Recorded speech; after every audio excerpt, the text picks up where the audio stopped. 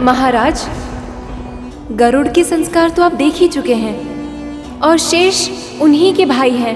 मैं आपसे विनती करती हूँ, आप इन सभी पे अपनी कृपा कीजिए।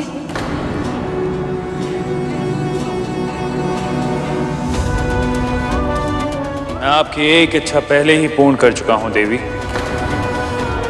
हम सब ने गरुड़ को सुना है, परंतु हमारी व्यक्तिगत भावनाएं न्याय के मार्ग में अवरोध नहीं उत्पन्न कर सकती। मैं अपने धर्म का पालन करूंगा देवी, और शनि दरबार में इन सब के भाग्य का निर्धारण भी वैसे ही होगा जैसे आज तक होता आया है। मुझे कुछ क्यों नहीं दिख रहा है? मेरे पुत्र क्यों नहीं दिखाई दे रहे हैं मुझे? और तो कुछ नहीं दिखा, पर इतना आभास अवश्य हुआ कि हमारे पुत्रों को अब कोई कठिन परीक्षा देनी होगी। हे प्रभु, मेरे पुत्र वापस आ जाए सुरक्षित। गरुड़, सही कहा तुमने। मेरे जीवन की परिस्थितियों ने मुझे कठोर बना दिया है,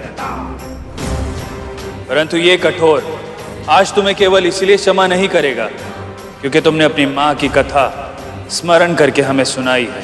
मैं तुम सबके हृदय, आत्मा और मस्तिष्क की गहराइयों में झांकूंगा, फिर मैं निर्णय लूंगा कि तुम क्षमा के योग्य हो या दंड के।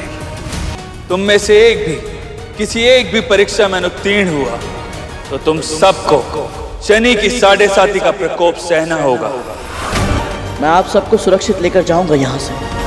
देव, मेरी माँ कहती है कि परीक्षा से कभी भी भयभीत नहीं होना चाहिए, क्योंकि यदि तुम्हें सही उत्तर पता हो तो आत्मविश्वास बढ़ता है, यदि ना पता हो तो ज्ञान। इसीलिए आप कैसी भी परीक्षा क्यों ना लें, मैं तैयार हूं।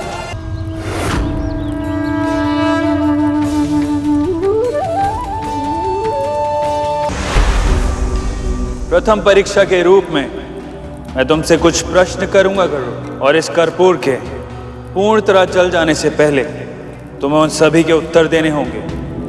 पहला प्रश्न, जिस जल में सब कुछ घुल जाता है वो क्या है जिसमें जल स्वयं घुला हुआ है? वायुमंडल। और वायुमंडल किस में घुला हुआ है? स्वर्ग में। और स्वर्ग?